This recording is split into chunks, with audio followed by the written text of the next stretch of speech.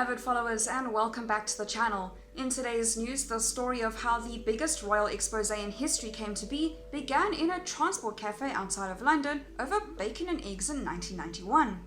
According to Diana's biographer Tina Brown, it was there that a young journalist named Andrew Morton and one of Princess's longtime friends, Dr. James Colhurst, first met.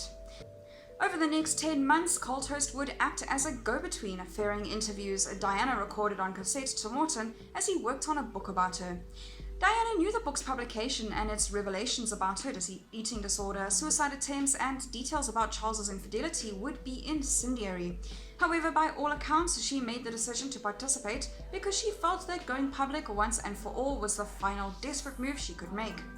After a decade trapped in the farce of a marriage to a man whose love lay elsewhere, and after years of chafing against the starch rigidity of a, in her opinion, deeply uncaring family, dramatically revealing her full hand was the last, most audacious play she had. As Brown writes, Diana's friends believed that she faced a choice: explode or implode.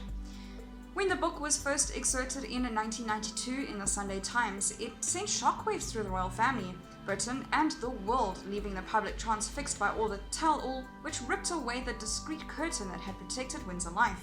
Gone was the discretion and the veneer of royal amiability, and here was a decade's worth of fury and searing hurt, which immediately dealt the monarchy's image a severe blow. While Morton's book firmly put public favor on Diana's side, forever affixing the victim's mantle to her shoulders, it infuriated the royal family and ultimately doomed her relationship with them.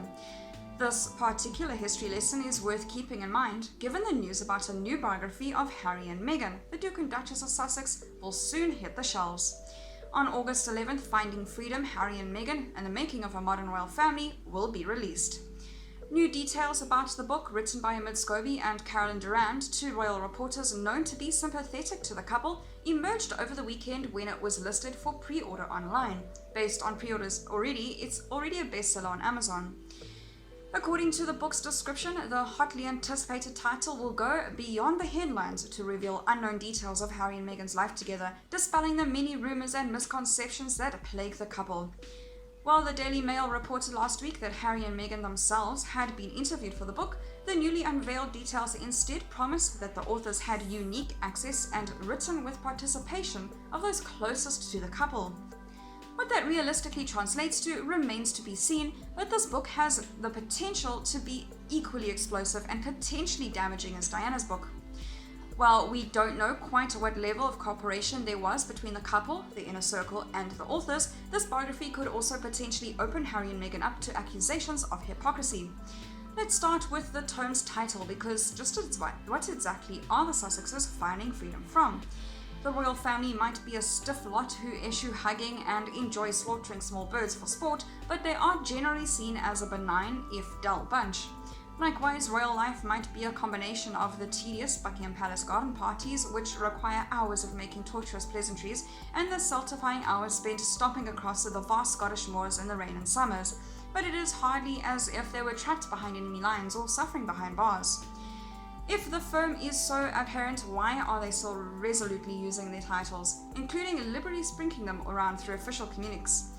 If the monarchy was something that they needed to escape, why still keep a property on the Queen's Windsor estate and accept money from Prince Charles? Also, if per the authors the couple were determined to create a new path away from the spotlight, why have they moved to the paparazzi capital of the world? Various members of the royal family have cooperated with friendly journalists and writers over the years, including Prince Charles and Prince Philip, but these efforts were essentially blatant PR gambits to cast a particular HRH in a flattering, rosy light. Here, the choice of title seems to suggest that this work might go beyond simply extolling the wonders of Harry and Meghan and could potentially take an aim at the monarchy as well. If Finding Freedom does offer up inflammatory views of the royal family, emphasis on if, and it is apparent that the renegade couple have in any way collaborated with the authors, then this would be straying into particularly dangerous territory. This sort of move could seriously damage, perhaps fatally, the already delicate relationship between the Sussexes and the Windsors.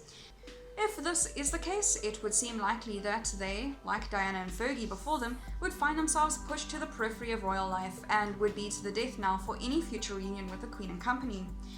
And that is leaving aside the it would be deeply hurtful, especially for the Queen and Prince Charles, as both Harry's grandmother and father, and given they have both worked tirelessly for a decade upon grinding, dealt decade, in service to the monarchy. No matter what salacious details or not are offered up in this biography, news of its imminent arrival will surely be about as welcome behind palace gates as a troop of Peter's most adherent supporters at the Sandringham shoot.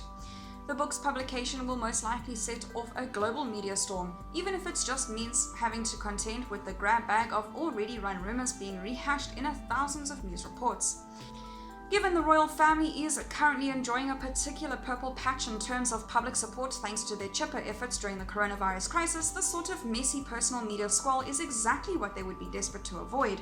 While the couple has yet to confirm or deny their involvement in fighting freedom or to comment on it at all, August 11 looks likely to be a particularly nerve-wracking day on both sides of the Atlantic. The stakes have never been higher. That is all for today's news. Thank you very much for watching. I'll see you next video.